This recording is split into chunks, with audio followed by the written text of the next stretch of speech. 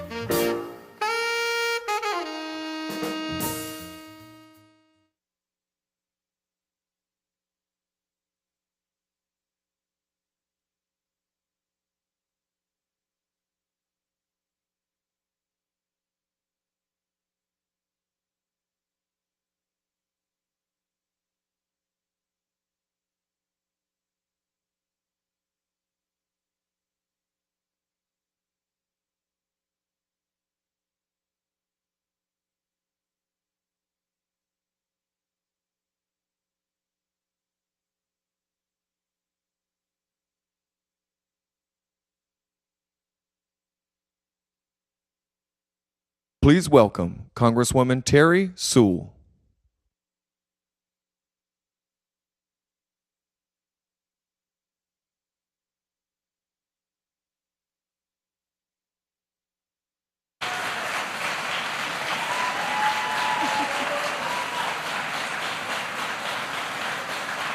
Good afternoon, everyone. What a great day to welcome the 46th President of the United States, Joe Biden, to Alabama.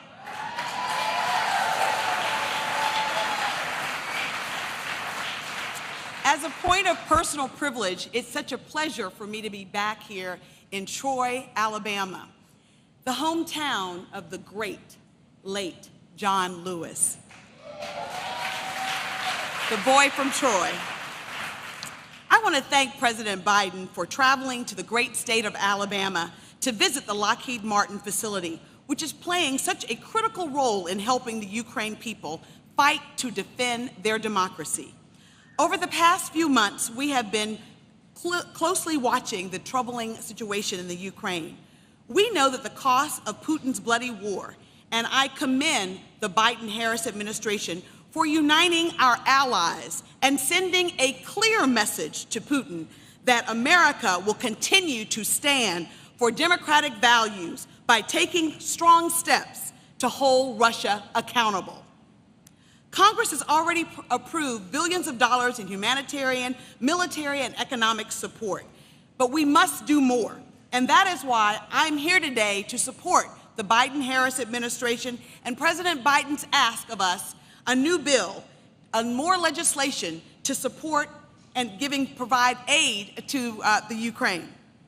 Mr. President, I look forward to continuing to work with you and my colleagues in Congress to support the people of Ukraine as they bravely defend this threat to democracy everywhere.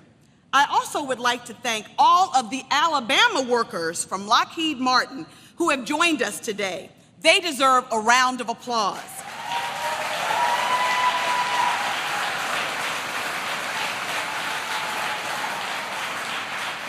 To have a chance to see the javelins, these shoulder-armed missiles that are taking out tanks in the Ukraine was a joy. But to know that we have such manufacturing right here in the state of Alabama is truly a joy.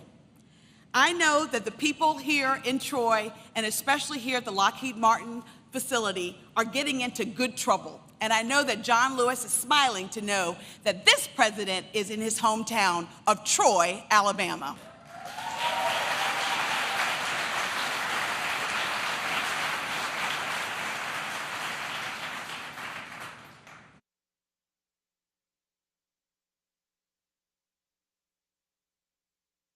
Please welcome the Chief Executive Officer of Lockheed Martin, Jim Taiclet.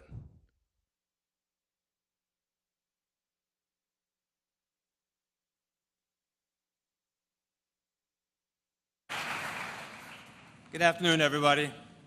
On behalf of our 114,000 Lockheed Martin team members all around the world, I'm pleased to welcome you to our Pike County operations. It is an honor to host the President of the United States at our facility.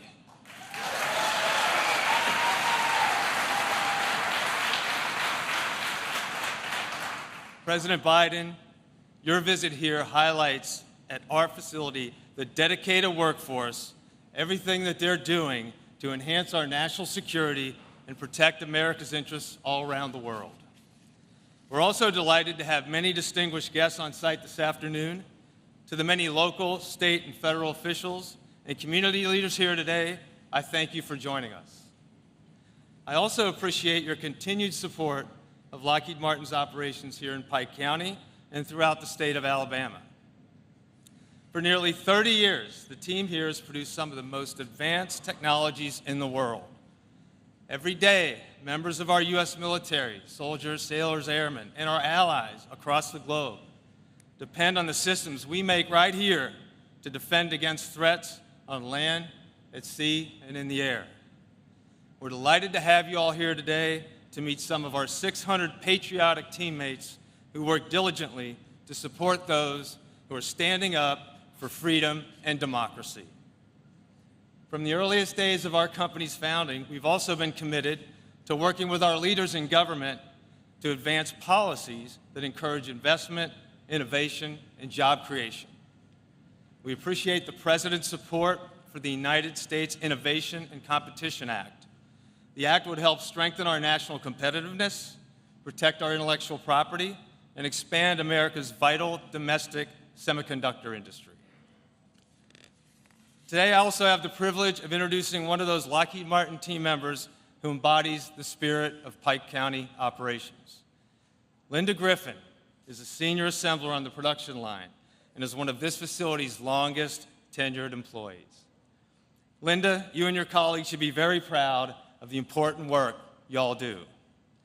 And again, thanks to everyone here for joining us today.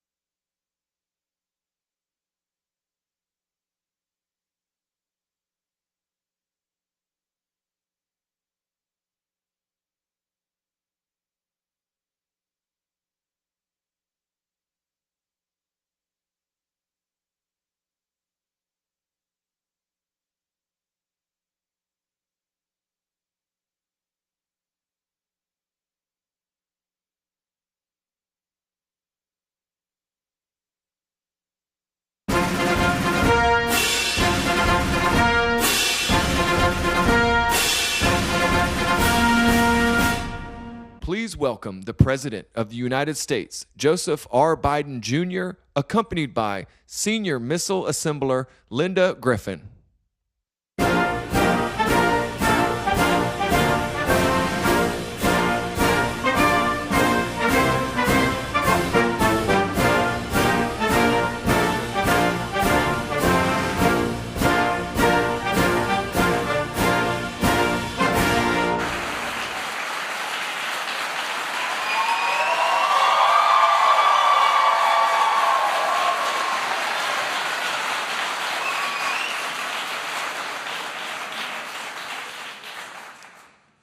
Thank you, Jim.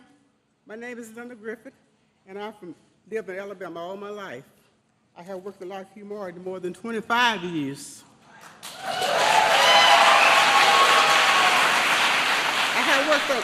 I have worked on several programs, including Javelin, where I have touched every single one of the 50,000 Javelin missiles that had been built in Troy. 50,000!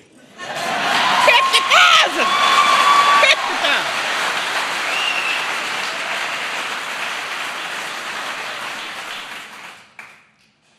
I consider my teammates family, and I can say that the entire Lockheed Martin team is honored by this special guest today. It is a great honor to introduce to you the President of the United States.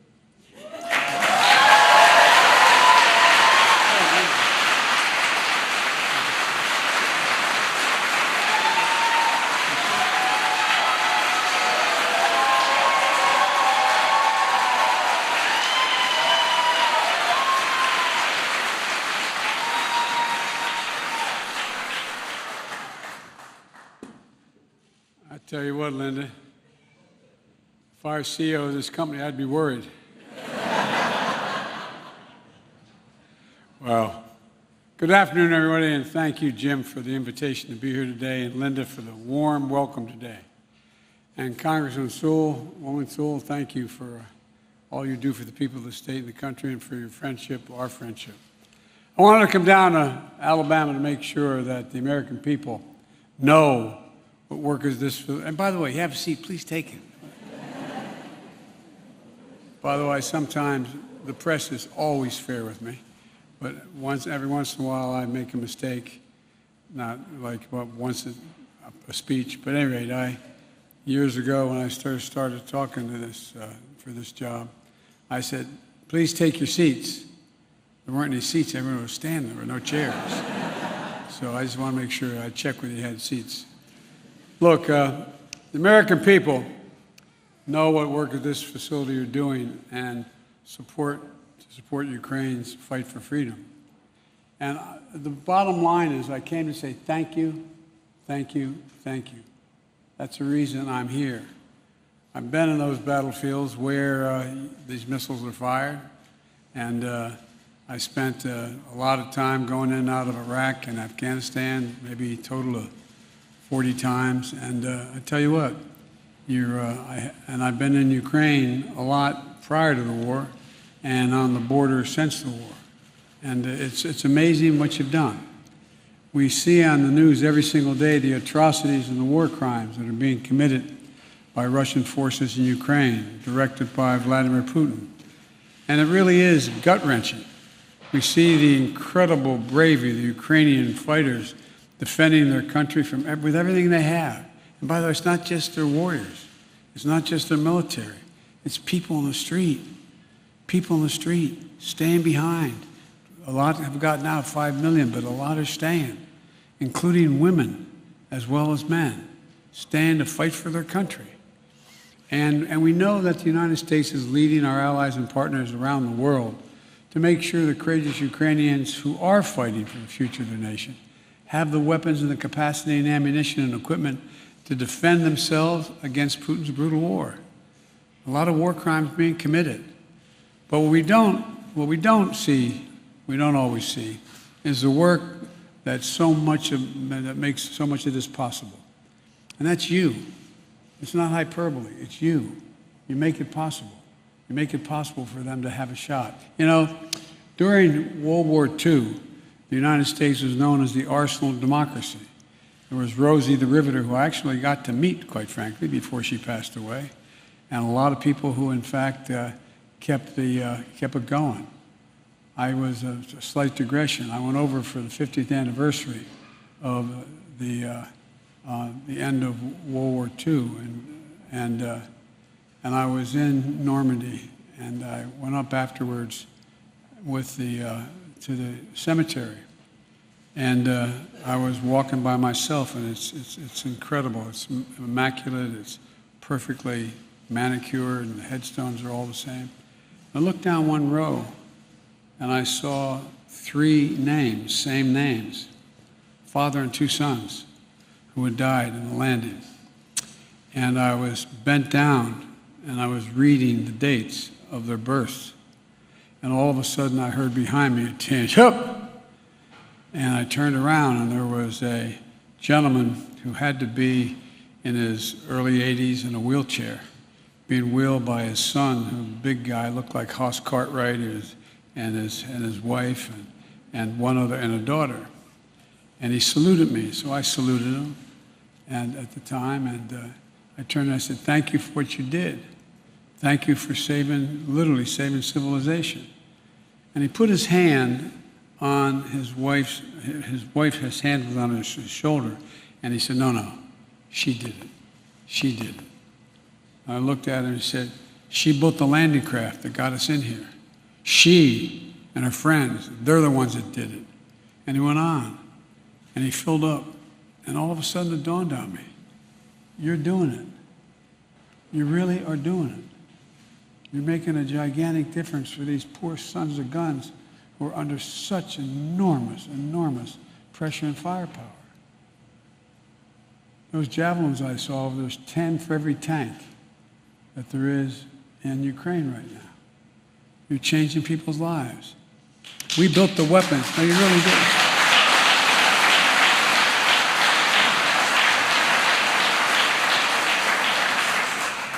But we built the weapons and the equipment that helped defend freedom and sovereignty in Europe years ago. But that's true again today. You know, some of the best, most effective weapons in our arsenal are those Javelin missiles, like the ones manufactured right here in Pike County. They're highly portable. They're extremely effective against a wide range of armored targets. They can hit targets up to 400 meters away and have a fire and forget capability. That means a person firing can, I know you know it, but it's for anybody who maybe listen, can change positions or take cover before that javelin even strikes home or strikes the target. In fact, they've been so important, there's even a story about Ukrainian parents naming their children, not a joke, their newborn child, Javelin or Javelina, not a joke. So the brave people of Ukraine, including the many civilians who have taken up arms to defend their country, deserve every ounce of credit for pushing back the Russian assault and frustrating Putin's desire to dominate Ukraine. We're at an inflection point in history, for real. It comes along about every 6 or 8 generations, where things are changing so rapidly that we have to be in control. Folks, there's an ongoing battle in the world between autocracy and democracy. Xi Jinping, the leader of China, who I've spent more time with than any other world leader has, over 78 hours either in person or on the telephone with him. And the fact of the matter is, he's just as straightforward about it. He says that democracies cannot be sustained in the 21st century. Not a joke.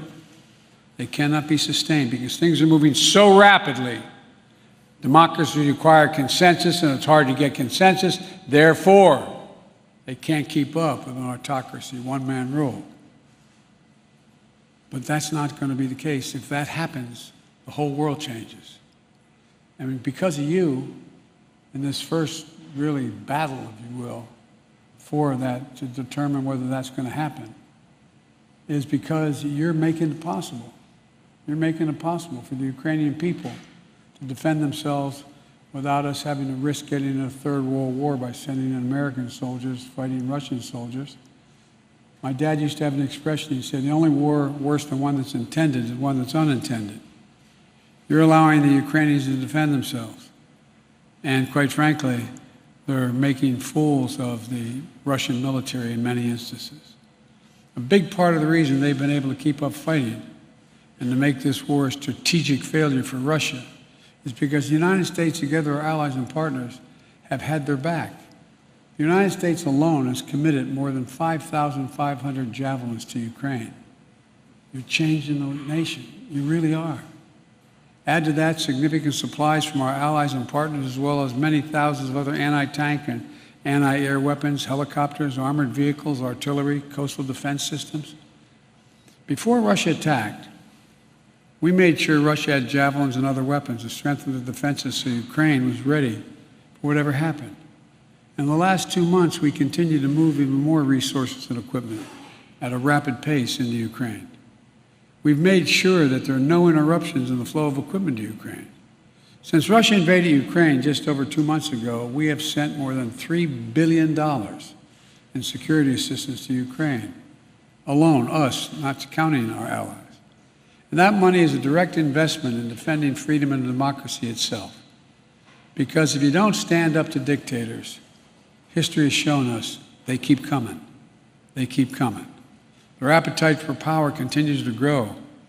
And every worker in this facility and every American taxpayer is directly contributing to the case for freedom. And that's something we can all be incredibly proud of, in my view. Last week, I sent Congress, if you excuse the point of personal privilege, talking like an old senator, but sent a supplemental budget, a fancy way of saying we need more money, to make sure the United States can continue to send weapons directly to the front lines of freedom in Ukraine, and to continue to provide economic and humanitarian assistance to help the Ukrainian people. And I urge the Congress to pass this funding quickly to help Ukraine continue to succeed against Russian aggression, and to make sure the United States and our allies can replenish our own stocks of weapons to replace what we've sent to Ukraine. As I said from the beginning, this fight is not going to be cheap. But caving to aggression would even be more costly. We either back the Ukrainian people as they defend their country, or we stand by as Russia continues its atrocities and aggression. I know what the answer is, and I think you all do too. I'll bet I know what the answer to this plan is. There's something else here to be understood. Being the arsenal of democracy also means good-paying jobs for American workers. In Alabama and the states all across America where defense equipment is manufactured and assembled, 265 people here at this plant are directly employed working on the Javelin program. All told, Lockheed Martin has brought nearly 3,000 jobs to Alabama. The armed forces of the United States of America is going to continue to be the best armed, most capable fighting force in the history of the world. In order to do that, we have to make sure our vital defense supplies are getting the inputs and supplies they need to produce and protect and provide the full capacity. I learned on the tour today that each of the Javelins you produce includes more than 200 semiconductors. I've been a broken record, as the press will tell you, on our need to be able to produce more semiconductors in the United States. We invented the sucker, going to the moon. We, the United States, we're the one that modernized it. We've done more than anybody else. But guess what? We stopped investing in ourselves. We stopped investing in ourselves. And so now we're back in the game, making sure that we become the primary producer of those semiconductors. Computer chips that power much of our modern lives. On our phones, our cars, almost anything that has an on-off switch. And the semiconductor is critical to defense production capacity, as you all know better than I do.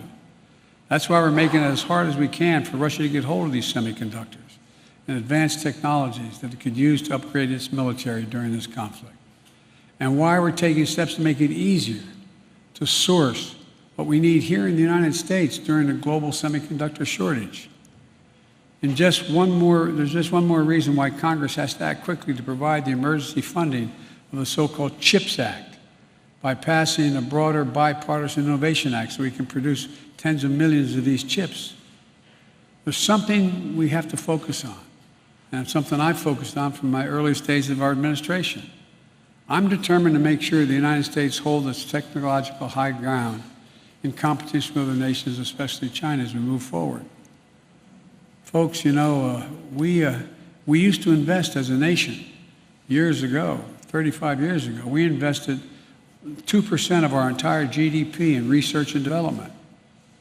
We do half of that now. We do half of that. We used to be number 1 in the world. Now we're number 13 in the world. My administration, we're changing that. The United States used to own the innovation field. In fact, it was the Department of Research program that established DARPA for the first development of an anti-tank missile with advanced infrared guidance systems that culminate in today's Javelin. The Bipartisan Innovation Act is going to help reverse decades-long decline in federal research and development investment. And it should create and support entire families and expand U.S. manufacturing and strengthen our national security. Where in God's name is it written that the United States can no longer be a leading manufacturer in the world? We've created, just in the last 17 months, 465,000 permanent manufacturing jobs in America. We have the best workers, the most competent employees, the best science in the world. And by funding the CHIPS Act, we're going to ensure that semiconductors, the power of the economy, and our national security are made here in America. Today, all of the world's most advanced chips are made overseas. But the events of the past few years have proven beyond a doubt that America's security should never be held hostage to events overseas. Not a pandemic, not a war, not the politics of ambition or other countries. Fundamentally, this is a national security issue. This is one of the reasons why the Chinese Communist Party is lobbying folks to oppose this bill. And it's an issue that unites Democrats and Republicans. So let's get it done. Let's get it done. In her introduction, Linda said she personally touched every single solitary Javelin, 50,000 that had been manufactured in this plant 20 years ago. I was worried to shake your hand. I thought you might be electrocuted. But that's where they start, right here, with American skill, American craftsmanship, American patriotism. And just a few days ago, the Wall Street Journal quoted a young Hungarian fighter saying, and I quote, "Without the javelins, it would have been very hard to stop the enemy pushing ahead," end of quote. So these weapons touched by your hands are in the hands of Ukrainian heroes, making a significant difference. That's something each and every day you could and should be proud of. And I'm once more urging Congress to quickly pass this supplemental funding bill for over $300 billion to help the Ukrainians so they can keep all of you very, very busy for a while here. So again, let me end where I began. I came for a basic reason, from the bottom of my heart, to say thank you. Thank you, thank you, thank you what you do. Thank you what you continue to do. Unless you go out in the field and see it, you don't realize what a difference you're making. May God bless you all, and may God protect our troops. Thank you so much.